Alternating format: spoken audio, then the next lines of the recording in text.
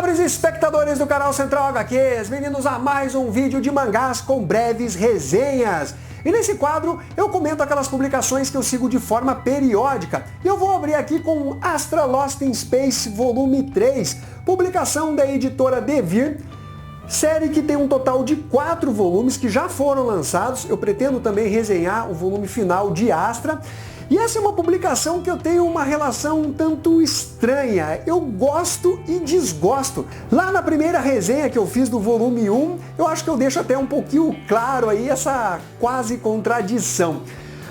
Basicamente, nós temos um plot muito interessante, né? Que são crianças que estão perdidas no espaço, estão tentando voltar para casa. Tem um lance ali de que um dos alunos pode ser um sabotador, que está tentando impedir essa volta. Eles têm que parar em diversos planetas desconhecidos, e aí pode ter vários tipos de perigos, e tem realmente. Eles precisam buscar alimentos, consertar avarias da nave, a relação entre eles, que em alguns momentos fica conturbada, em outros momentos feliz. Então, esse plot, ele é realmente bem chamativo. Eu gosto desse tipo de história, de ficção científica, com uma coisa aventuresca.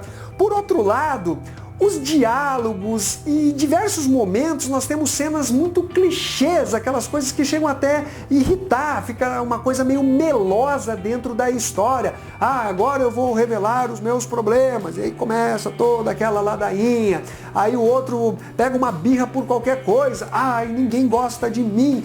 Essas coisas me incomodam bastante, até porque eu já vi esse tipo de narrativa em diversos estilos de mangá, então chega uma hora que realmente cansa. Nesse terceiro volume aqui, essas crianças, né, adolescentes, eles vão parar num planeta que, nossa, parece um paraíso. Eles estão lá conseguindo comida, sem ter exatamente grandes perigos. Então eles conseguem ali ter um momento de paz. Até que um dos personagens, ele descobre que o Luca, ele é filho de um senador.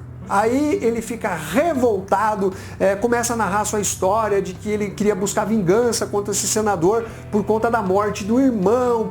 E aí fica aquela coisa meio, sério, várias e várias páginas com ele apontando a arma para a cabeça do Luca. Eu não quero falar quem é para não soltar spoilers. Então fica aquela coisa meio...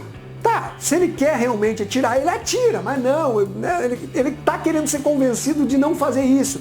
E depois eles avançam para um novo planeta, a nave sofre várias avarias, eles ficam desconfiados, e aí são os momentos interessantes, né? De quem eventualmente poderia ser o sabotador ali do grupo, e todos eles acabam guardando um certo segredo. E aquele lance das habilidades de que cada um tem, é explorado de forma muito rasa dentro da história. Você não sente realmente que essas habilidades fazem grande diferença, a não ser em alguns momentos, como na parte da memória fotográfica de uma das personagens, que lembra de algo que aconteceu no passado e coloca um dos integrantes do grupo contra a parede. Aí ele precisa fazer algumas revelações. Mas de forma geral, o mangá ele acaba funcionando, sabe? Mas esses momentos clichês, de muita melação, realmente acabam me incomodando dentro da história. Ela tem boas sacadas, os momentos de fluidez, de boas ideias.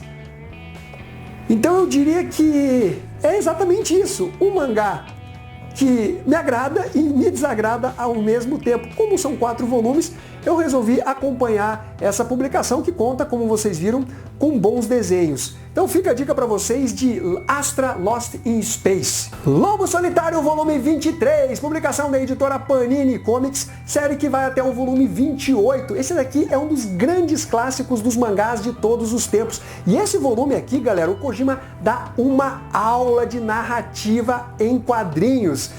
É uma publicação que acabou sofrendo um reajuste aí, né? Mas felizmente foi próximo do final, então dá para aguentar as pontas, pelo menos eu vou completar, né, os 28 volumes dessa série magnífica. Nesse volume, nós temos o Abi, né, que fez aquela cagada imensa tentando matar o Retsudo e o Itogami. Abriu uma comporta errada, já estava chovendo muito, uma grande tempestade, então aquela enchente invadiu vilas, o próprio Itogami e o Retsudo foram pegos, né, pelas águas, o Daigoro também, e aí o Retsudo consegue capturar o Daigoro, mas ele entende que o Itogami, infelizmente, traçou a sua vida no caminho do Menfudo, né? Que é o caminho da espada. Então, se infelizmente o Daigoro perder a vida, ainda que obviamente o Itogami não queira, ele vai seguir esse caminho. Então o Retsudo acaba cuidando do Daigoro, então as espadas fincadas, né, que eles prometeram uma trégua, né, até passar todo o lance aí da enchente e eles estiverem realmente aptos a lutar novamente. E aí você tem uma estratégia do Abi que encontra as duas espadas. Galera, o bicho realmente é um dos caras mais filhos da puta dos quadrinhos, é escroto, sabe?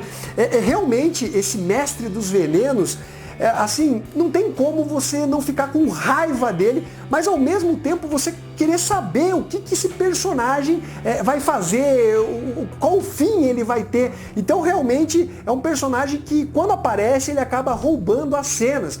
E aí você vai ter a luta de espadas entre dois dos maiores samurais da época dentro desse universo de Lobo Solitário, que é o Retsudo e o Itogami. Muito equilibrados os dois, com ferimentos assim, não tão graves, mas galera, realmente o Kojima aqui, ele dá uma aula artística. É um trabalho assim estupendo. Como ele consegue transmitir toda a emoção, a aflição dos personagens com essa enchente, a escrotice do Tonomo Abi, né? Meu, é muito foda. Galera, não perca a oportunidade de comprar Lobo Solitário, eu sei que sofreu um reajuste, mas abra mão de publicações mais furrecas aí e invista realmente naqueles materiais que são clássicos já reconhecidos, um clássico absoluto que é Lobo Solitário. JoJo's Bizarre Adventure Parte 3 Stardust Crusaders Volume 5, publicação da editora Panini Comics, e mais um volume muito bacana. Teve um certo momento que eu achei um pouco cansativo e repetitivo, mas o Araki ele tá realmente sendo bem criativo. O volume anterior eu também gostei, e esse volume aqui, galera, é bacana demais, onde nós temos uma espécie de gênio da lâmpada que concede desejos. Só que as coisas obviamente não saem como esperado, até porque trata-se de um stand.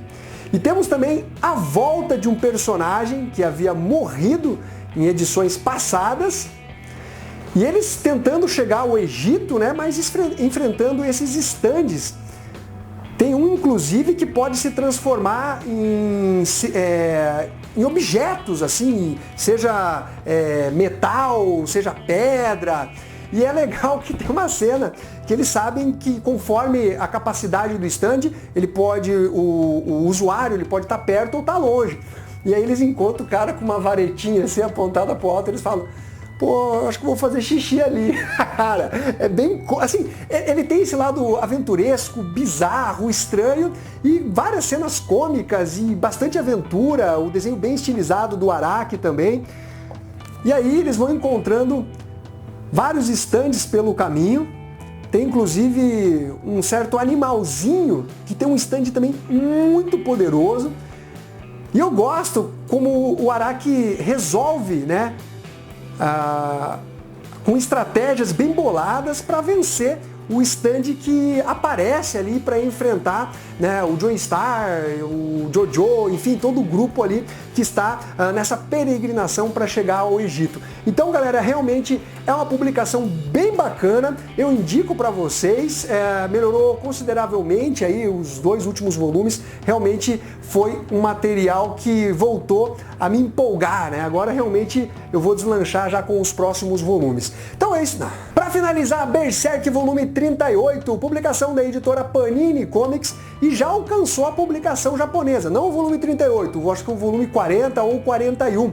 Só que o Kentaro Miura, ele já está fazendo novos capítulos. Por favor, termine o Berserk antes que aconteça qualquer outra coisa. Esse volume aqui eu diria que ele é mais morno do que os anteriores. Basicamente, nós vamos ter um foco na cidadela criada pelo Griffith, algo esplendoroso, onde você tem até saneamento básico. Então as pessoas aparentemente vivem bastante felizes ali, todo mundo de branco, é uma cidade reluzente, né, por assim dizer. Então não tem um foco exatamente no Guts, né? Aparecem alguns personagens que vão até tomar satisfação ali com as ações do Griffith, ele que tem aquele semblante muito sereno, calmo, né? Parece que ele exala uma energia, uma paz. Só que você sabe que o cara, para alcançar os seus objetivos, não mediu as consequências. E aí nós temos a volta de outros personagens que provavelmente vão se unir exatamente para bater de frente com o Griffith. Apesar da calmaria e de ser um mangá mais morno, a arte do Kentaro Miura, meus amigos, olha isso. Olha o nível do trabalho artístico desse mangaka. É estupendo. O que esse cara faz, os cenários. Porque não basta só você desenhar, né? Você tem que ter a criatividade para elaborar esses monstros, esses cenários. Isso daqui, galera, é um espetáculo. É um dos meus mangás preferidos de todos os tempos. É do gênero Dark Fantasy. Olha só. E no final ali o Guts, junto do seu grupo, vai enfrentar uma horda de espantalhos. Mas vai ficar para a próxima edição. Realmente, galera, o trabalho artístico do Miura, assim, a evolução, ele já desenhava bem, obviamente, mas você percebe assim o nível do cara, realmente algo fabuloso aqui.